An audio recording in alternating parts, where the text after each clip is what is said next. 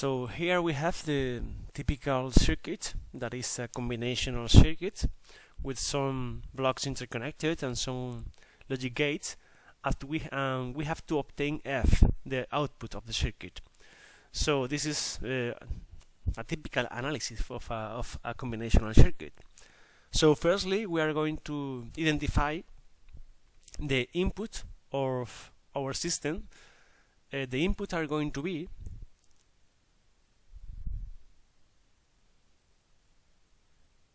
four that are X, Y, Z, and T. The output is only one, is F, the function, and the possible intermediate variables that we may need. I find that it's interesting to add here an intermediate variable, here two more.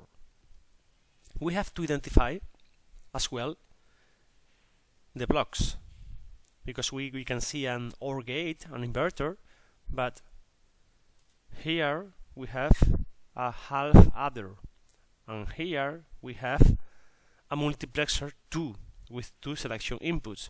It's important to identify the blocks, because this way we know their functionality and we can extract the truth table and get the functions. So let's start. I'm going to start with A, that is the most simple, the simplest intermediate variable, that is just the output of an OR gate. And here we have A negated. And what happened with B1 and B0? We have to know the truth table of the half adder. Remember that the half adder is the simplest version of an adder. The truth table is quite simple. So if the input of the half adder are Y and Z, we have 4 combinations. Sorry, I have done this thousands of times, and from time to time I make mistakes yet. So this is going to be the carry output and the sum output. So sorry, I have my voice, as you know, not at its best. 0 plus 0 is 0, 0 plus 1 is 1, and the carry is going to be 0, 1 plus 0 is 1, and the carry is going to be 0, and 1 plus 1 is 2, so the sum bit is going to be 0 and the carry is going to be 1. So just applying the Shannon expansion theorem, we know that we can build functions as a sum of min terms. So in the case of the carry bit, we have only one min terms in these combinations, so it's like this. And in the case of the sum bit, we have these 2 min terms that are E C negated plus E negated C. So this is in fact, well, I'm going to write the other way. I prefer it, sorry, to write this the other way. Y negated C plus C plus Y C negated, sorry. And in fact this is the XOR gate. But I didn't told before, but the exercise asks for F in a normalized expression. And this means that we have to find the expression of F as a sum of products or a product of sums. This is a normalized expression. So I'm not interested in the XOR expression because it's not normalized, so I'm not going to use it. So we have here B1 and B0, because this is B1 and this is B0. So now we are going to proceed with the multiplexer. We know that in a multiplexer we have all the minterms formed by the selection inputs multiplied by the inputs of the multiplexer. So minterm 0 by input 0 plus minterm 1 multiplied by input 1 and so on.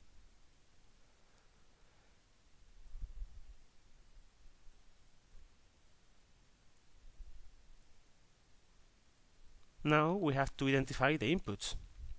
We know that input 0 is 0, is here, is a 0, and input 3 is 1, so we are going to have this. And in the others we have that input 1 is A negated and input 2 is A. So finally we have the following.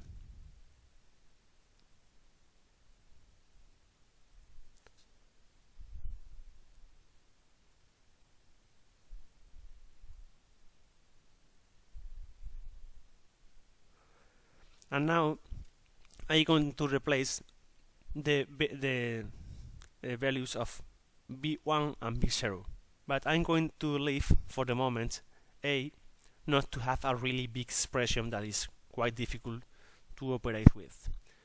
So this is going to be the following. I'm going to follow here. So B is this, B1 is this, and B0 is this. Okay, so we start. We have B1 negated. I'm going to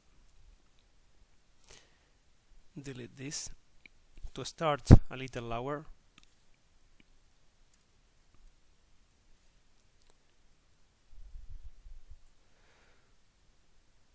So B negated is Y and Z negated, and we have B0, that is the XOR expression, for example like this, that is multiplied by A negated plus B1 non-negated multiplied by B0, this time negated,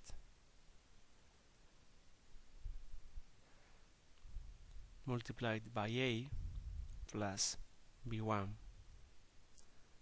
and B0.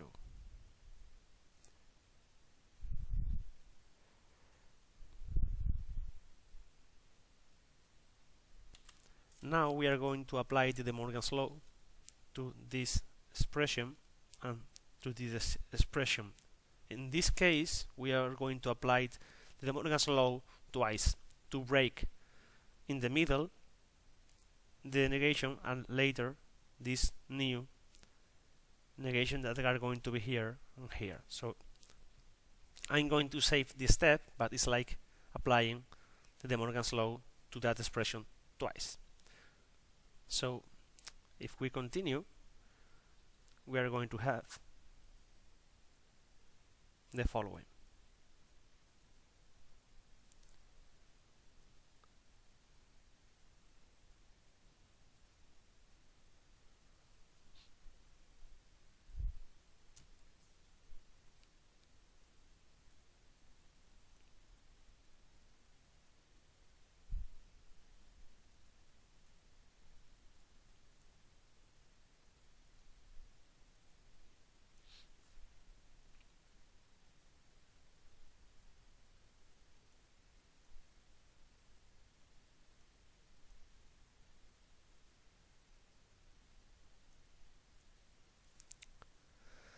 And now we are going to apply the distributive property to have as many to have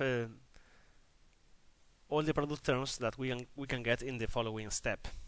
So now we have to be careful because we are going to have a lot of product terms with variable repeated.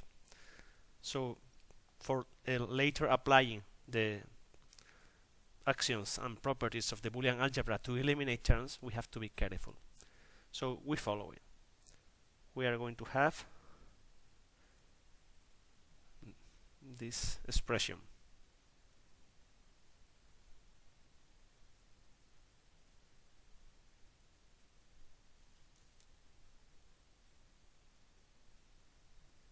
Sorry.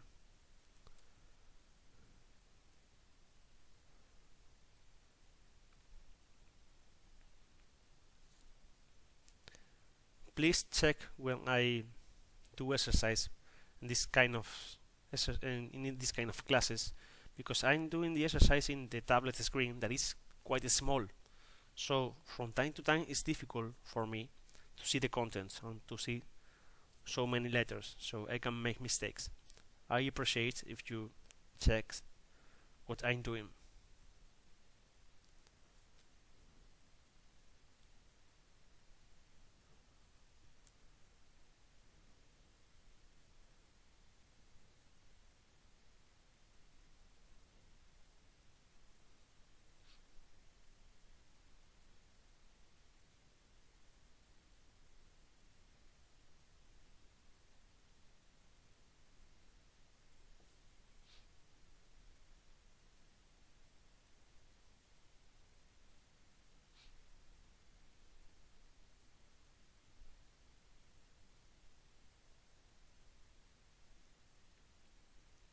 Okay, we have all of these terms.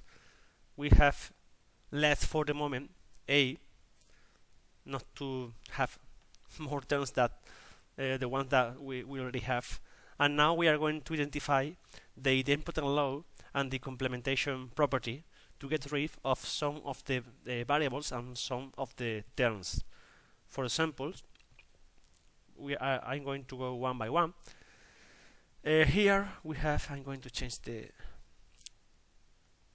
pen. Here we have this,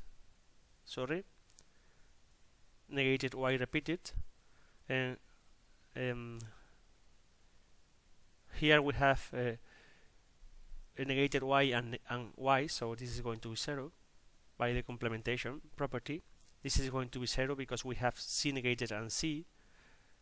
Here we can remove one of the c negated.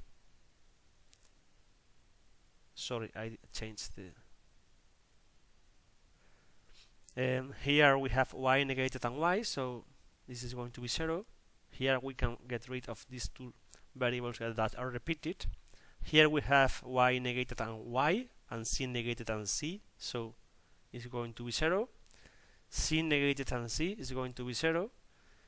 Y and negated and y 0, and c negated and c 0. So we have get rid of a lot of terms just applying the Boolean algebra actions and properties. So we follow with the remaining terms. So we have a negated c plus y plus c negated, by c negated multiplied by negated a plus yca plus, no, that's all. So we have reduced a lot of the function.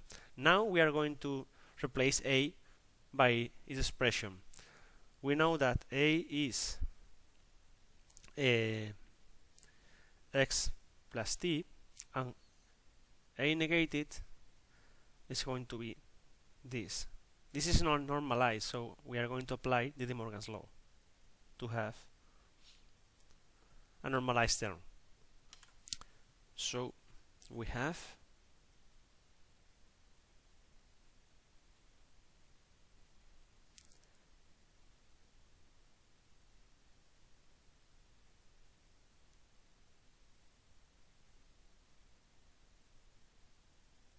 this is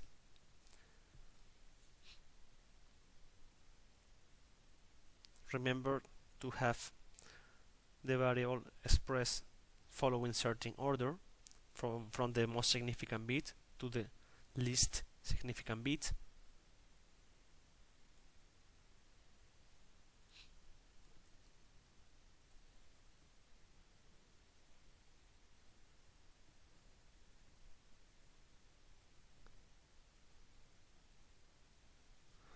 So this expression of the function is a sum of product terms, so we already have a normalized expression of f, so we have just finished.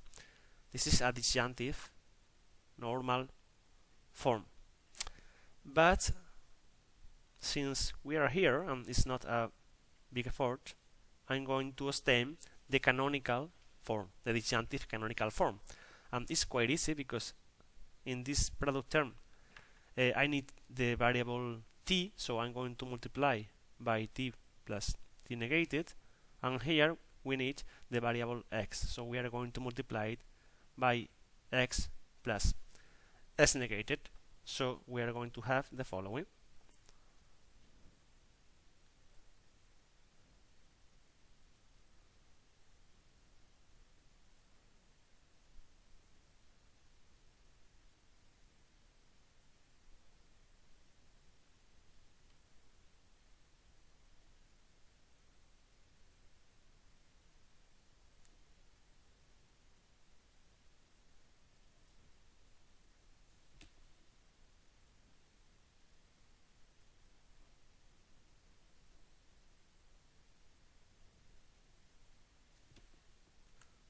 This min term is repeated, so we can get rid of it, and this is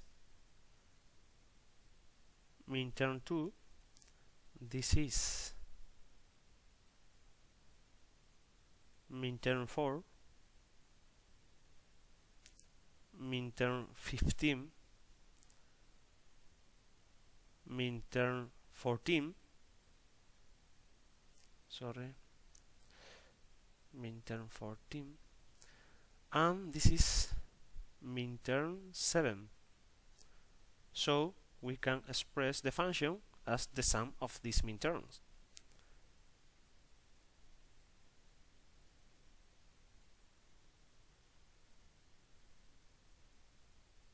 We know that these are the combination of the input for which the function is 1. So we have the disjunctive canonical form and the disjunctive and one possible disjunctive normal form. So now I'm going to use DITs, the software DITs, to check that my solution is okay. So if I have these min terms, this combination of the input, the output has to be 1. So I can use DITs. That this is, as you know, well, as you will know after practice 5, is simulator of digital system. Is exactly the equivalent of LT space for the circuit, the analogic circuit. So here in this DITs program, I have entered the circuit of the exercise. We have the half adder, the MUX2, the inverter, and the OR gate. So we have the half adder, the MUX, the inverter, and the OR gate with the intermediate variables. I have added the input of the system, X, Y, Z, and T, and here we have the output. So if I simulate the circuit, I have just introduced in the input clocks with a frequency. The clocks are square signal with a frequency, so that we are going to cover all the combination of the truth table. Firstly, I have to zoom out until I see my inputs. So here you can see the truth table covering all the combination 0, 0, 0, 0, 0, 0, 0, 1, 0, 0, 1, 0. You can note that high level is 1 and low level is 0. So min term 0, min term 1, min-term 2, min-term 3, that is 0, 0, 1, 1, until min-term 15, 1, 1, 1, 1. Now we are going to have it here and on the same sequence repeated, but here in this sequence we are covering all the combination of the truth table. So if we simulate the output of the circuit, we press play as many times as needed, we can check that we have 1 in the min-term 2, 0, 1, 2, 3, 4, so in the 2 and the 4, 5, 6, 7 in the 7, and at the end in the 14 and the 15. So we have min-terms 2, 4, 7, 14, and 15. That is the same that we obtained in the exercise. So our exercise is okay. You can do this to check that your solutions are okay. It's a quite useful software. Now we are going to do more things with this exercise, but let me clear the screen. So once we have the function that we know that is right because I have checked it with this software, we have to implement the circuit, a new circuit for the same function, but now using only a MUX3 and the minimum additional logic. So we are going to draw a MUX3.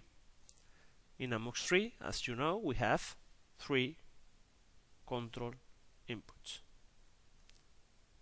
Control or selection inputs is the same. So we'll write all the combinations.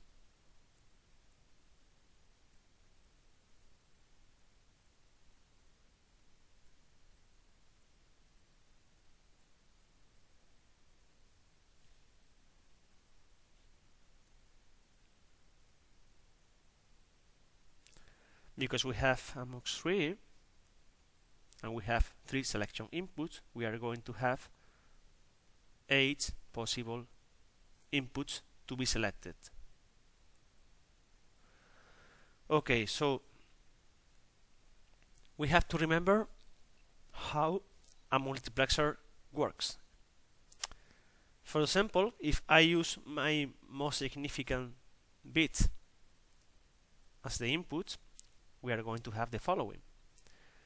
We are going to have all the possible min-terms that we can form with these 3 inputs multiplied by the corresponding inputs of the circuit. So we are going to have this min-term, that is this combination,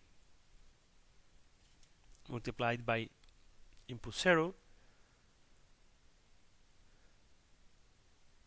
this min-term, that is this combination, multiplied by the input 1, and so on. I'm going to write all of them.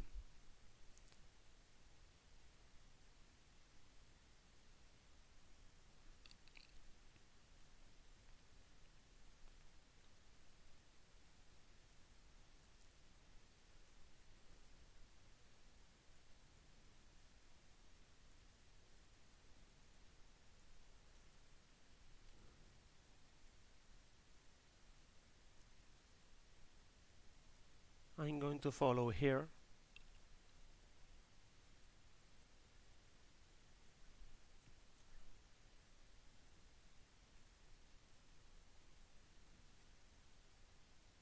So with this we cover all the possible min-terms that are going to select the input that is going to be routed to the output.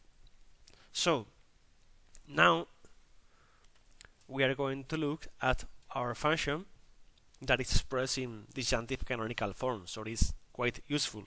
We know that in a multiplexer we are interested in the ones, in the min-terms, and we have the function in the perfect expression to operate with this combinational circuit. So if we pay attention to our function, we are going to have that when we have x, y, and z, the 3 of them negated, we are here, and we are multiplying t negated. So for this combination, we are going to use, sorry, this is not, this is not, sorry, we don't have this combination in the function, so this input is 0. Here, with x, y negated and z not negated, we are here. So input 1 is going to be t negated. Input 2, we have this combination here. So input 2 is going to be t not negated. We have input 3. Yes, we have the combination of input 3 here. So this is going to be t. Sorry, again with the sums. So in this case, we have t, and here we had t negated. Sorry. So now for the input 4,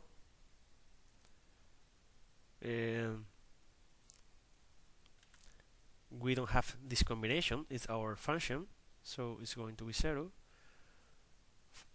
For input 5, we don't have this combination either in our function, so it's going to be 0.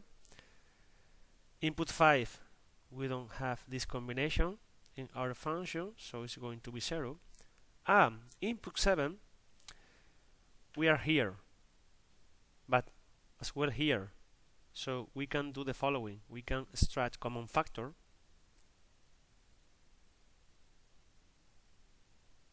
and you know that this is 1, so it's the same of having this.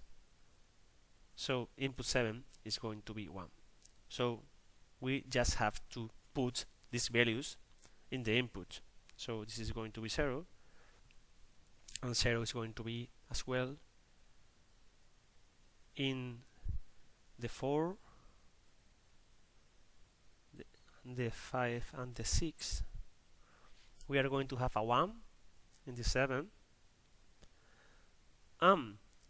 In 1, 2 and 3, and in 1 and 2 we are going to have t negated,